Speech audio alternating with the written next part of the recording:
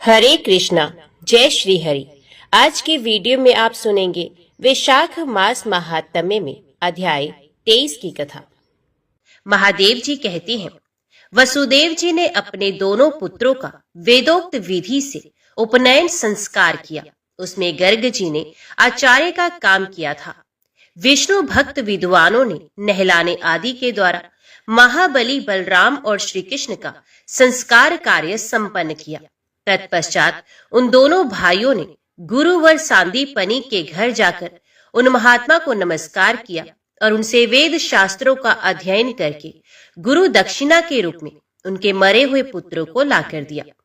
इसके बाद उन महात्मा गुरु से आशीर्वाद ले उन्हें प्रणाम करके दोनों भाई मथुरापुरी में चले आए।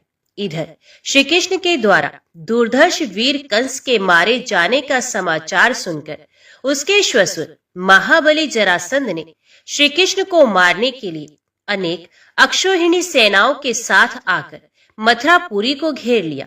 महाप्रकर्मी बलराम और श्री कृष्ण ने नगर से बाहर निकलकर हाथी घोड़ों से भरी हुई उस विशाल सेना को देखा।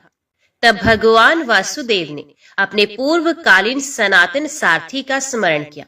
उनके स्मरण करते ही सारथी दारुक सुग्रीव पुष्पक नामक महान रथ लिए आ पहुंचा। उसमें दिव्य एवं सनातन अश्व जूते हुए थे। उस रथ में शंख चक्र गदा आदि दिव्य अस्त्र शस्त्र मौजूद थे। ध्वजा के ऊपर गरुड़ चिन्ह से चिन्हित एवं फहराती हुई पताका उस देव दुर्जय रथ की शोभा बढ़ा रही थी। श्रीहरि के सारथी ने भूतल पर आकर भगवान गोविंद को प्रणाम किया और आयुधों तथा अश्वों सहित वे सुंदर रथ सेवा में समर्पित कर दिया।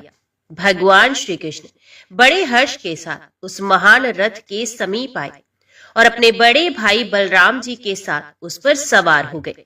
उस समय मरुदगण उनकी स्तुति कर रहे थे।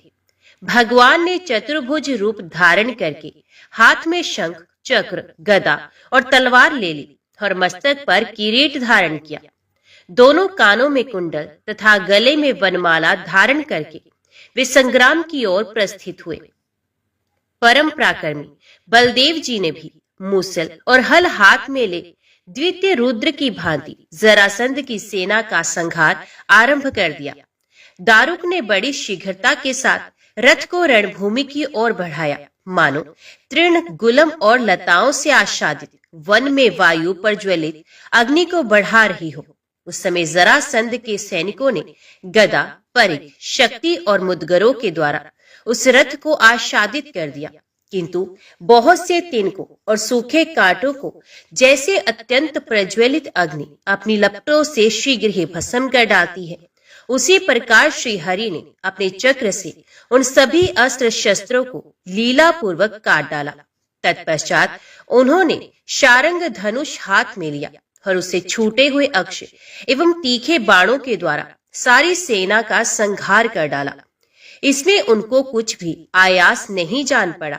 इस प्रकार क्षण भर में ही शत्रु की सारी सेना का विनाश करके यदुश्रेष्ठ भगवान मधुसूदन ने अपना 5 जन्य शंख बजाया, जिसकी आवाज प्रलय कालीन वज्र की भीषण गर्जना को भी मात करती थी।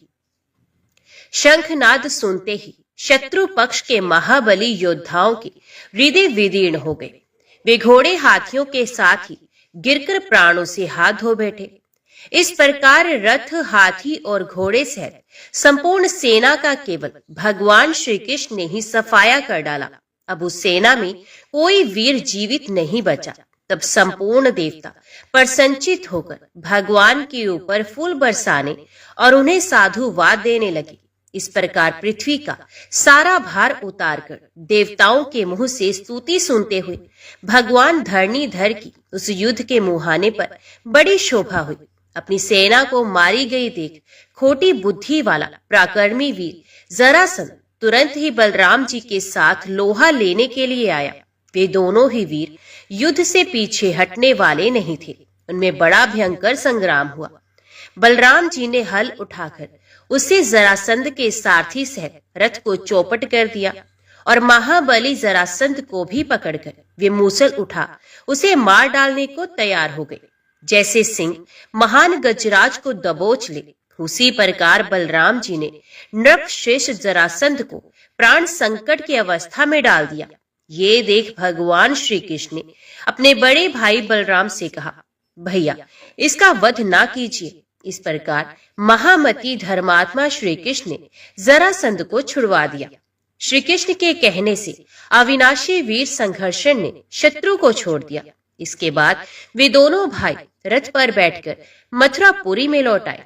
उधर जरासंध महापरिक्रमी काल्यवन के यहाँ गया।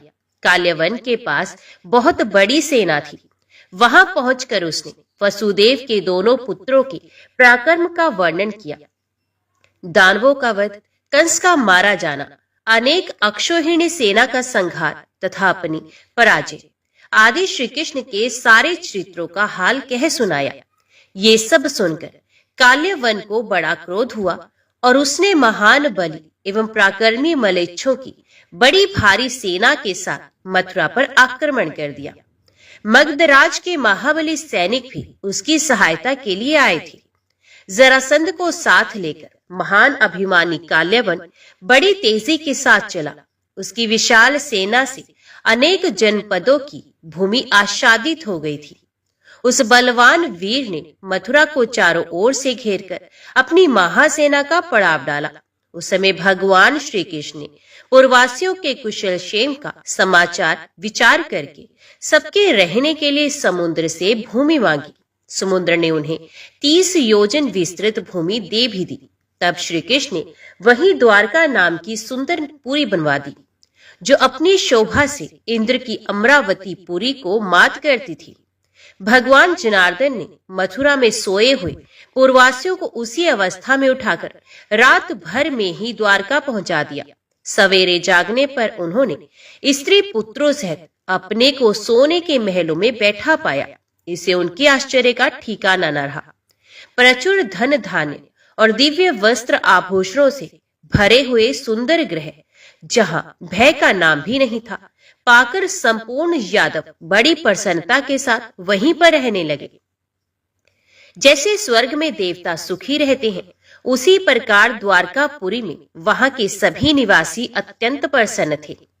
मथुरा वासियों को द्वारका में पहुंचाने के बाद महाबली बलराम और श्री कृष्ण काल्यवन से युद्ध करने के लिए मथुरा से बाहर निकले।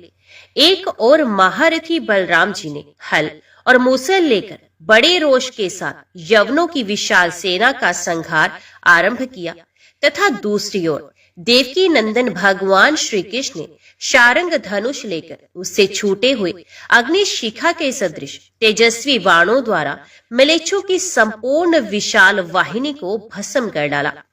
महाबली काल्यवन ने अपनी सेना को मारी गई देख भगवान वासुदेव के साथ गदा युद्ध आरंभ किया। भगवान श्री कृष्ण भी बहुत देर तक यवनों का संहार करके युद्ध से विमुख होकर भागे। काल्यवन ने ठहरो ठहरो की पुकार लगाते हुए बड़े वेग से उनका पीछा किया। परम बुद्धिमान भगवान श्री कृष्ण शीघ्र ही एक पर्वत की कंदरा में घुस गए। वहां महामुनि राजा मुचुकुंद सोए हुए थे। भगवान श्री कृष्ण जहां काल्यवन की दृष्टि ना पड़ सके, ऐसे स्थान में खड़े हो गए। काल्यवन भी महान धीर वीर था। वे हाथ में गदा लिए श्री कृष्ण को मारने के लिए उस कंदरा में घुसा। उसमें सोए हुए महामुनि राजा मुचुकुंद को श्री कृष्ण समझकर उसने लात मारी। इससे उनकी नींद खुल गई और उन्होंने क्रोध से लाल लाल आंखें करके हुंकार किया। उनके हुंकार शब्द से तथा उनकी रोष भरी दृष्टि पड़ने से काल्यवन प्राणहीन हो जलकर भस्म हो गया। तत्पश्चात राजऋषि मुचुकुंद ने अपने सामने खड़े हुए भगवान श्री कृष्ण को देखा। अमित तेजस्वी भगवान पर दृष्टि पड़ते ही वे सहसा उठकर खड़े हो गए और बोले, मेरा अहोभाग्य जो प्रभु का दर्शन मिला। इतना कहते कहते उनके सारे शरीर में रोमांच हुआ और नेत्रों में आनंद के आंसू छलक आए। उन्होंने जय जयकार करके भगवान को बारंबार प्रणाम किया और स्तवन करते हुए कहा, परमेश्वर, आपके दर्शन से मैं धन्य और कृत्य हो गया हूँ। आज मेरा जन्म और जीवन दोनों सफल हो गए। इस प्रकार स्तुति करके उन्होंने गोविंद को पुनः बारंबार प्रणाम किया। इससे संतुष्ट होकर भगवान ने महामुनि मुचुकुंद से कहा, राजऋषि, तुम अनुवांशित वर मांगो। तब मुचुकुंद ने भगवान से पूर्ण आवर्ती रह मोक्ष के लिए प्रार्थना की। भगवान श्री कृष्ण ने उन्हें अपना सनातन दिव्यलोक प्रदान किया। परम बुद्धिमान राजा मुचुकुंद ने मानव रूप का परित्याग करके परमात्मा श्री हरि के समान रूप धारण कर लिया और गरुड़ पर आरूढ़ हो वे सनातन धाम में चले गए। बुद्धिमान मुचुकुंद के द्वारा काल्यवन का वध कराने के पश्चात उन्हें मुक्ति का वरदान दे भगवान यदुनंदन गुफा से बाहर निकले। काल्यवन को मारा गया सुनकर दुर्बुद्धि जरासंध अपनी सेना के साथ बलराम और श्री कृष्ण के साथ युद्ध करने लगा। भगवान श्री कृष्ण ने उस दुरात्मा की प्राय सारी सेना का संहार कर डाला। मगधराज मूर्छित होकर पृथ्वी पर गिर पड़ा। बहुत देर के बाद जब उसे कुछ चेत हुआ तो उसके सारे अंगों में व्याकुलता छा रही थी। वे भय से आतुर था। अब मगधराज जरासंध बलराम जी के साथ युद्ध करने का साहस ना कर सका। उसने महाबली बलराम और श्री कृष्ण को अजय समझा और मरने से बची हुई सेना को साथ ले तुरंत ही वे अपनी राजधानी को भाग गया। अब उसने बलराम और श्री कृष्ण का विरोध छोड़ दिया। तदंतर वसुदेव जी के दोनों पुत्र अपनी सेना के साथ द्वारका चले गए। वहां इंद्र ने वायु देवता को भेजा और विश्वकर्मा की बनाई हुई सुधर्मा नामक देव सभा को प्रेम पूर्वक श्री कृष्ण को भेंट कर दिया। ये सभा हीरे और वैदूर्ण मणि की बनी हुई थी। चंद्राकार सिंहासन से उसकी विचित्र शोभा हो रही थी। नाना प्रकार के रत्नों से जटित स्वर्ण में दिव्य छत्रों से उसकी शोभा और भी बढ़ गई थी। उस रमणीय सभा को पाकर उग्रसेन आदि यदुवंशी वैदिक विद्वानों के साथ उसमें बैठकर स्वर्ग सभा में बैठे हुए देवताओं की भांति आनंद का अनुभव करते थे। उन दिनों इक्ष्वाकु कुल में उत्पन्न रैवत नामक एक राजा थे। उनके रेवती नाम वाली एक कन्या थी जो समस्त शुभ लक्षणों से संपन्न थी। उन्होंने बड़ी प्रसन्नता के साथ अपनी कन्या का विवाह बलराम जी के साथ कर दिया। बलराम जी ने वैदिक विधि के अनुसार रेवती का पाणी ग्रहण किया। विदर्भ देश में भीष्मक नामक एक धर्मात्मा राजा रहते थे। उनके रुक्मी आदि कई पुत्र हुए। उन सबसे छोटी एक कन्या भी हुई जो बहुत ही सुंदर थी। उस कन्या का नाम था रुक्मणी। वे भगवती लक्ष्मी के अंश से उत्पन्न हुई थी। उसमें सभी शुभ लक्षण मौजूद थे। श्री राम अवतार के समय जो सीता रूप में प्रकट हुई थी वे ही भगवती लक्ष्मी श्री कृष्ण अवतार के समय रुक्मणी के रूप में अवतीर्ण हुई। पूर्व काल में जो हिरण्यकशिपु और हिरणाक्ष नामक दैत्य हुए थे वे ही द्वापर आने पर पुनः शिशुपाल और दंतवक्त्र के नाम से उत्पन्न हुए थे। उन दोनों का जन्म चैद्य वंश में हुआ था। दोनों ही बड़े बलवान और पराक्रमी थे। राजकुमार रुक्मी अपनी बहन रुक्मणी का विवाह शिशुपाल के साथ करना चाहता था, किंतु सुंदर मुख वाली रुक्मणी शिशुपाल को अपना पति नहीं बनाना चाहती थी। बचपन से ही उसका भगवान श्री कृष्ण के प्रति अनुराग था। श्री कृष्ण को ही पति बनाने के उद्देश्य से वे देवताओं का पूजन और भांति भांति के दान करती थी। वे अपने सनातन स्वामी पुरुषोत्तम का ध्यान करती हुई कठोर व्रत में संलग्न हो पिता के घर में निवास करती थी। विदर्भ राज भीष्म अपने पुत्र रुक्मी के साथ मिलकर शिशुपाल से कन्या का विवाह करने की तैयारी करने लगे। तब रुक्मणी ने भगवान श्री कृष्ण को पति बनाने के उद्देश्य से अपने पुरोहित के पुत्र को तुरंत ही द्वारकापुरी में भेजा। ब्राह्मण देवता द्वारका में पहुंचकर भगवान श्री कृष्ण और बलराम जी से मिले। उन दोनों ने उनका विधि पूर्वक स्वागत सत्कार किया। ब्राह्मण ने एकांत में बैठकर उन दोनों भाइयों से रुक्मणी का सारा संदेश कह सुनाया। उसे सुनकर भगवान श्री कृष्ण और बलराम संपूर्ण अस्त्र शस्त्रों से परिपूर्ण आकाशगामी रथ पर ब्राह्मणों के साथ बैठे। महात्मा दारुक ने उस रथ को तीव्र गति से हाँका। अतः वे दोनों पुरुष श्रेष्ठ शीघ्र ही विदर्भ नगर में जा पहुंचे। बुद्धिमान शिशुपाल के विवाह को देखने के लिए सब राष्ट्रों से जरासंध आदि राजा आए हुए थे। विवाह के दिन रुक्मणी सोने के आभूषणों से विभूषित हो दुर्गा जी की पूजा करने के लिए सखियों के साथ नगर से बाहर निकली। वे संध्या का समय था। देवकी नंदन भगवान श्री कृष्ण उसी समय वहां आ पहुंचे। बलवान तो वे थे ही। उन्होंने रथ पर बैठी हुई रुक्मणी को सहसा उठाकर अपने रथ पर बिठा लिया और द्वारका की ओर चल दिए। ये देख जरासंध आदि राजा क्रोध में भरकर राजकुमार रुक्मी को साथ ले युद्ध के लिए उपस्थित हुए। उन्होंने चतुरंगनी सेना के साथ श्रीहरि का पीछा किया। तब महाबाहु बलभद्र जी उस उत्तम रथ से कूद पड़े। उन्होंने हल और मूसल लेकर युद्ध में शत्रुओं का संहार आरंभ कर दिया। कितने ही रथों, घोड़ों, बड़े बड़े गजराजों तथा पैदल सैनिकों को भी हल और मूसल की मार से कुचल डाला। जैसे वज्र के आघात से पर्वत विदीर्ण हो जाते हैं, उसी प्रकार उनके हल और मूसल गिरने से रथों की पंक्तियां चूर चूर हो गई और बड़े बड़े हाथी भी धरती पर ढेर हो गए।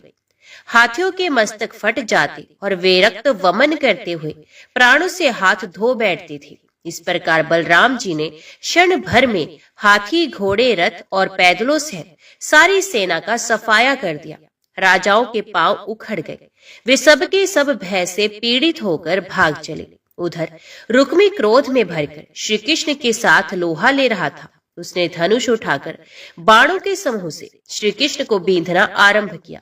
तब गोविंद ने हंसकर लीला पूर्वक अपना शारंग धनुष हाथ में उठाया और एक ही बाण से रुक्मी के अश्व, सारथी, रथ और ध्वजा पताका को भी काट गिराया। रथ नष्ट हो जाने पर वे तलवार खींचकर पृथ्वी पर खड़ा हो गया। ये देख श्री कृष्ण ने एक बाण से उसके तलवार को भी काट डाला। तब उसने श्री कृष्ण की छाती में मुक्के से प्रहार किया। श्री कृष्ण ने बलपूर्वक उसे पकड़कर रथ में बांध दिया और हंसते हंसते तीखा छुरा लेकर रुक्मी के सिर को मुड़कर उसे बंधन से मुक्त कर दिया। इस अपमान के कारण उसको बड़ा शोक हुआ। वे चोट खाए हुए सांप की भांति लंबी सांस लेने लगा। लज्जा के कारण उसने विदर्भ नगरी में पांव नहीं रखा। वही गांव बसाकर वे रहने लगा। तदंतर भगवान श्री कृष्ण बलराम, रुक्मणी और दारुक के साथ उस दिव्य रथ पर आरूढ़ हो तुरंत अपनी पुरी को चले गए। द्वारका में प्रवेश करके देवकी नंदन श्री कृष्ण ने शुभ दिन और शुभ लगन में स्वर्ण में आभूषणों से विभूषित राजकुमार रुक्मणी का वेदोक्त विधि से पाणी ग्रहण किया। उस विवाह के समय आकाश में देवता लोग दुधुम्बी बजाते और फूलों की वर्षा करते थे। वसुदेव, उग्रसेन, यदुश्रेष्ठ अक्रूर, महातेजस्वी बलभद्र तथा और भी जो श्रेष्ठ यादव थे, उन सब ने बड़े उत्साह के साथ श्री कृष्ण और रुक्मणी का सुखमय विवाह उत्सव मनाया। उसमें ग्वालों और ग्वाल बालों के साथ नंदगोप भी पधारे थे तथा वस्त्र आभूषणों से विभूषित बहुत सी गोपियों के साथ स्वयं यशोदा जी भी आई थी। वसुदेव, देवकी, रेवती, रोहिणी देवी तथा अन्यान्य नगर युवतियों ने मिलकर बड़े हर्ष के साथ विवाह के सारे कार्य संपन्न किए। बड़ी बूढ़ी स्त्रियों सहित देवकी ने बड़ी प्रसन्नता के साथ विधि पूर्वक देव पूजन का कार्य संपन्न किया। श्रेष्ठ ब्राह्मणों ने विवाह उत्सव से संबंध रखने वाला सारा शास्त्रीय कार्य पूर्ण किया। सुंदर वस्त्र और आभूषणों से पूजित करके ब्राह्मणों को भोजन कराया गया। आए हुए राजा नंद आदि गोप तथा यशोदा आदि स्त्रियों का भी स्वर्ण, रत्न आदि के बहुत से आभूषणों एवं वस्त्रों द्वारा यथावत सत्कार किया गया। इस प्रकार उस वैवाहिक महोत्सव में सम्मानित हो वे सभी बड़े प्रसन्न हुए। उन नूतन दंपति श्री कृष्ण और रुक्मणी ने ग्रंथि बंधन पूर्वक एक साथ अग्निदेव को प्रणाम किया। वेदों के ज्ञाता श्रेष्ठ ब्राह्मणों ने आशीर्वाद के द्वारा उनका अभिनंदन किया। उस समय विवाह की वेदी पर बैठे हुए वर और वधू की बड़ी शोभा हो रही थी। पत्नी सहित श्री कृष्ण ने ब्राह्मणों, राजाओं और बड़े भाई बलराम जी को प्रणाम किया। इस प्रकार समस्त वैवाहिक कार्य संपन्न करके भगवान श्री कृष्ण ने विवाह उत्सव में पधारे हुए समस्त राजाओं को विदा किया। उनसे सम्मानित एवं विदा होकर श्रेष्ठ राजा तथा महात्मा ब्राह्मण अपने अपने निवास स्थान को चले गए। इसके बाद धर्मात्मा भगवान देवकी नंदन रुक्मणी देवी के साथ दिव्य अट्टालिका में बड़े सुख से रहने लगे। मुनि और देवता उनकी स्तुति किया करते थे। उस शोभामयी द्वारकापुरी में सनातन भगवान श्री कृष्ण प्रतिदिन संतुष्ट चित्त होकर सदा आनंद मगन रहते थे। महादेव जी कहते हैं, सत्राजित के एक यशस्विनी कन्या थी जो भूदेवी की अंश से उत्पन्न हुई थी। उनका नाम था सत्यभामा। सत्यभामा भगवान श्री कृष्ण की दूसरी पत्नी थी। तीसरी पत्नी सूर्य कन्या कालिंदी थी जो लीला देवी के अंश से प्रकट हुई थी।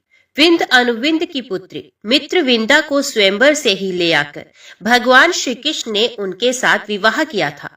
वह 7 महाबली बैलों को, जिनका दमन करना बहुत ही कठिन था, भगवान ने एक ही रस्सी से नाथ दिया और इस प्रकार प्रकर्म रूपी शुल्क देकर उसका पानी ग्रहण किया।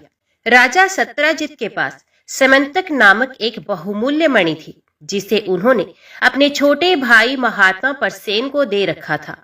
एक दिन भगवान मधुसूदन ने वे श्रेष्ठ मणि परसेन से मांगी। उस समय परसेन ने बड़ी धृष्टता के साथ उत्तर दिया, ये मणि प्रतिदिन 8 भार स्वर्ण देती है, अतः इसे मैं किसी को नहीं दे सकता।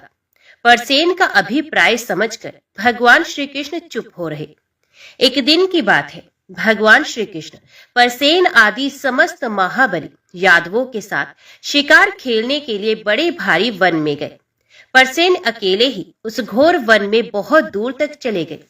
वहां एक सिंह ने उन्हें मारकर वे मणि ले ली। फिर उस सिंह को महाबली जामवान ने मार डाला और उस मणि को लेकर वे शीघ्र ही अपनी गुफा में चले गए। उस गुफा में दिव्य स्त्रियां निवास करती थी।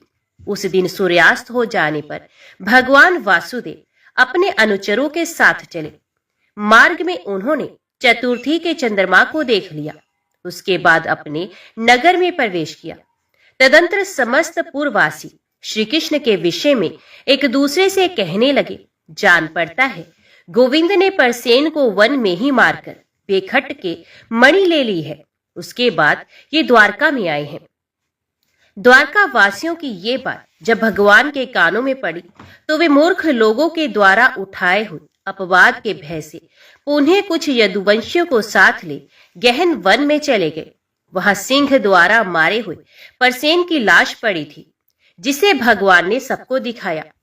इस प्रकार परसेन की हत्या के झूठे कलंक को मिटाकर भगवान श्री कृष्ण ने अपनी सेना को वहीं ठहरा दिया तथा हाथ में शारंग धनुष और गदा लिए वे अकेले ही गहन वन में घुस गए। वहां एक बहुत बड़ी गुफा देखकर श्री कृष्ण ने निर्भय होकर उसमें प्रवेश किया। उस गुफा के भीतर एक स्वच्छ भवन था जो नाना प्रकार की श्रेष्ठ मणियों से जगमगा रहा था। वहां एक धाई ने जामवान के पुत्र को पालने में सुलाकर उसके ऊपर भाग में मणि को बांधकर लटका दिया था और पालने को धीरे धीरे लीला पूर्वक डुलाती हुई वे लोरियां गा रही थी। गाते गाते वे श्लोक का उच्चारण कर रही थी और कह रही थी, परसेन को सिंह ने मारा और सिंह जामवान के हाथ से मारा गया।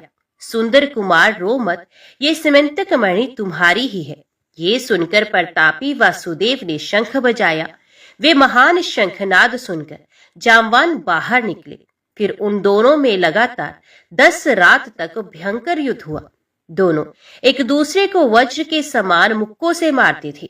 वे युद्ध समस्त प्राणियों को भयभीत करने वाला था। श्री कृष्ण के बल की वृद्धि और अपने बल का ह्रास देखकर जामवान को भगवान श्री रामचंद्र जी के कहे हुए पूर्वकाल के वचनों का स्मरण हो आया और वे सोचने लगे, यही मेरे स्वामी श्री राम है जो धर्म की रक्षा के लिए पुनः इस भूतल पर अवतीर्ण हुए हैं। मेरे नाथ मेरा मनोरथ पूर्ण करने के लिए ही यहाँ पधारे हैं। ऐसा सोचकर ऋषराज ने युद्ध बंद कर दिया और हाथ जोड़कर विस्मय से पूछा, आप कौन हैं? कैसे यहाँ पधारे हैं? तब भगवान श्री कृष्ण ने गंभीर वाणी में कहा, मैं वसुदेव का पुत्र हूँ। मेरा नाम वासुदेव है। तू मेरी समंतक नामक मणि हर ले आए हो, उसे शीघ्र लौटा दो, नहीं तो अभी मारे जाओगे। ये सुनकर जामवान को बड़ा हर्ष हुआ। उन्होंने दंड की भांति पृथ्वी पर पड़कर भगवान को प्रणाम किया और विनीत भाव से कहा, प्रभु आपके दर्शन से मैं धन्य और कृतार्थ हो गया हूँ। देवकी नंदन, पहले अवतार से ही मैं आपका दास हूँ। गोविंद, पूर्व काल में जो मैंने युद्ध की अभिलाषा की थी उसी को आज आपने पूर्ण किया है। जगन्नाथ, करुणा कर मैंने मोहवश अपने स्वामी के साथ जो ये युद्ध किया है उसे आप क्षमा करें। ऐसा कहकर जामवान पैरों में पड़ गए और बारंबार नमस्कार करके उन्होंने भगवान को रतन में सिंहासन पर विनय पूर्वक बिठाया। फिर शरतकाल के कमल सदृश सुंदर एवं कोमल चरणों को उत्तम जल से पखारकर मधुपर्क की विधि से उन यदुश्रेष्ठ का पूजन किया, दिव्य वस्त्र और आभूषण भेंट किया। इस प्रकार विधिवत पूजा करके अमित तेजस्वी भगवान को अपनी जामवती नाम वाली लावण्यमयी कन्या पत्नी रूप से दान कर दी। साथ ही अन्यान्य श्रेष्ठ मणियों सहित समंतक मणि भी दहेज में दे दी। विपक्षी वीरों का दमन करने वाले भगवान श्री कृष्ण ने वहीं प्रसन्नता पूर्वक जामवती से विवाह किया और जामवान को उत्तम मोक्ष प्रदान किया। फिर जामवती को साथ ले गुफा से बाहर निकलकर वे द्वारकापुरी को गए। वहां पहुंचकर यदु श्रेष्ठ श्री कृष्ण ने सत्राजित को समंतक मणि दे दी और सत्राजित ने उसे अपनी कन्या सत्याभामा को दे दिया। भादों के शुक्ल पक्ष में चतुर्थी को चंद्रमा का दर्शन करने से झूठा कलंक लगता है, अतः उस दिन चंद्रमा को नहीं देखना चाहिए।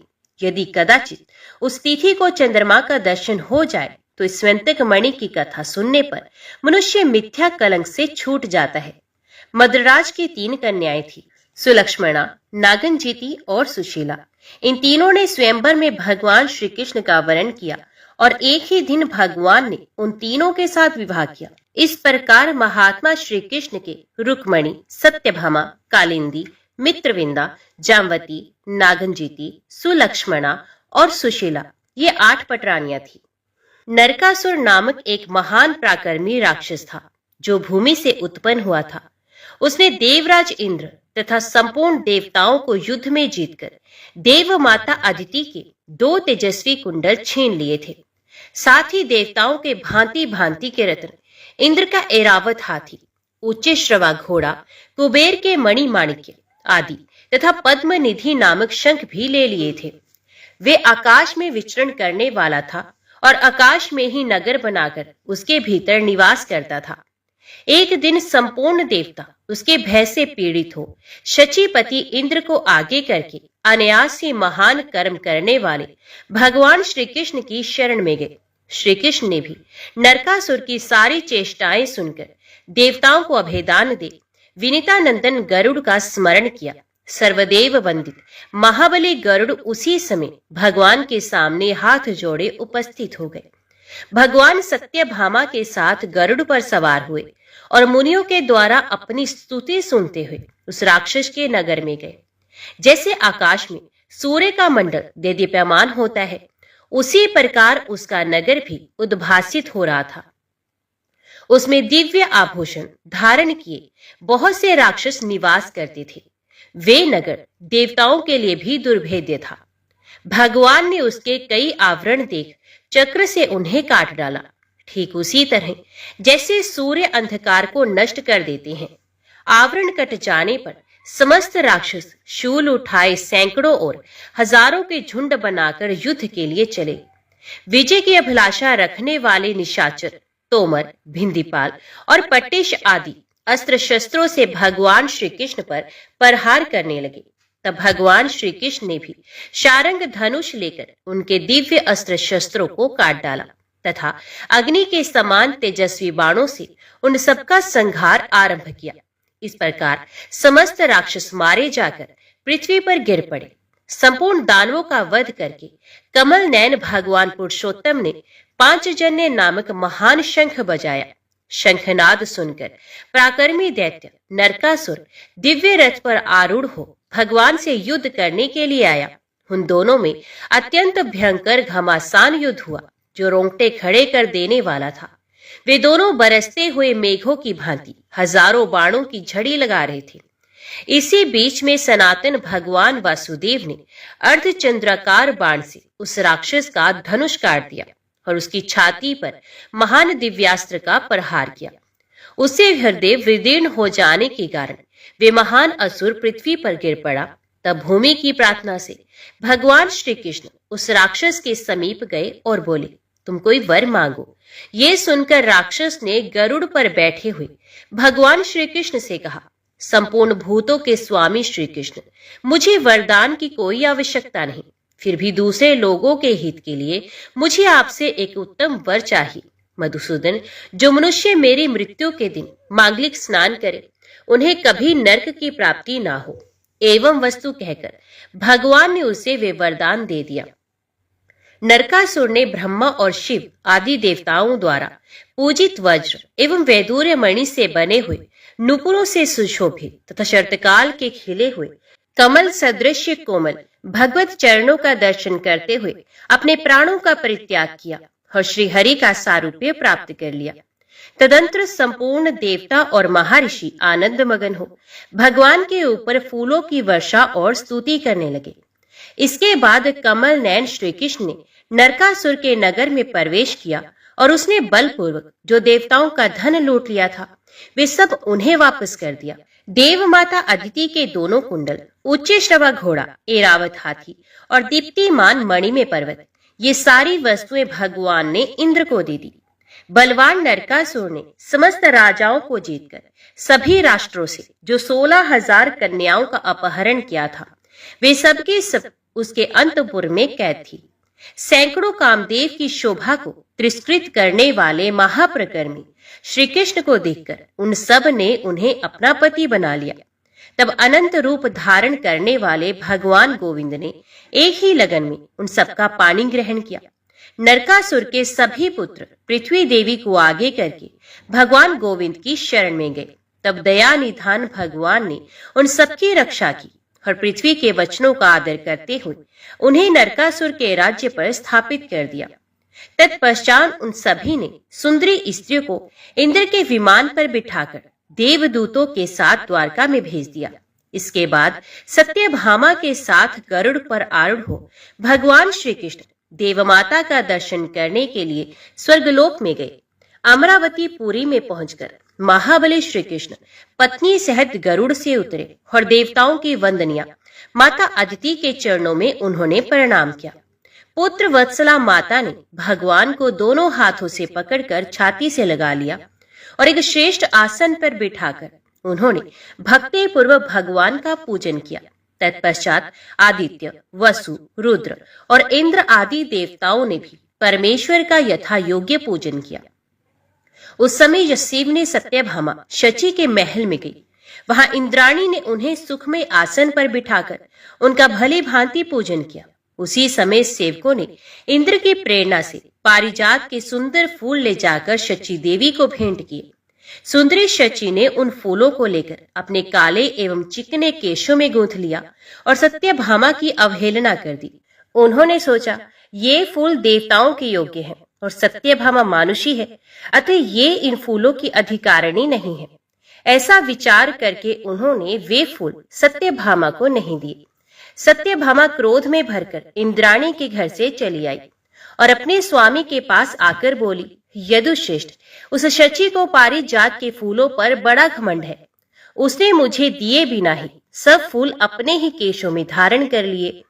सत्यभामा की ये बात सुनकर महाबली वासुदेव ने पारिजात का पेड़ उखाड़ लिया और उसे गरुड़ की पीठ पर रखकर वे सत्यभामा के साथ द्वारकापुरी की ओर चल दिए।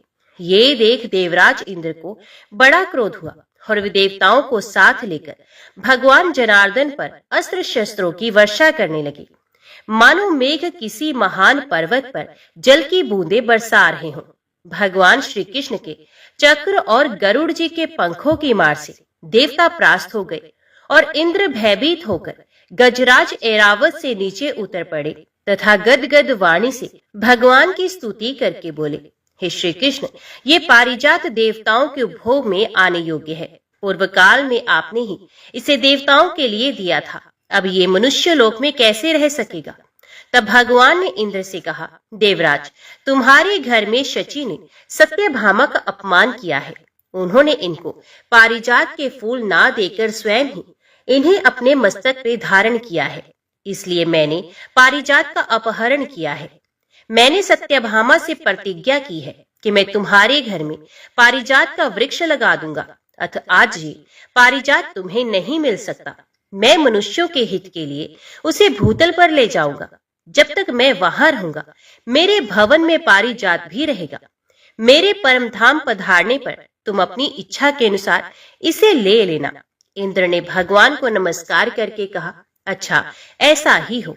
यो कहकर वे देवताओं के साथ अपनी पुरी में लौट गए और भगवान श्री कृष्ण सत्यभामा देवी के साथ गरुड़ पर बैठकर द्वारकापुरी में चले आए। उस समय मुनिगण उनकी स्तुति करते थे।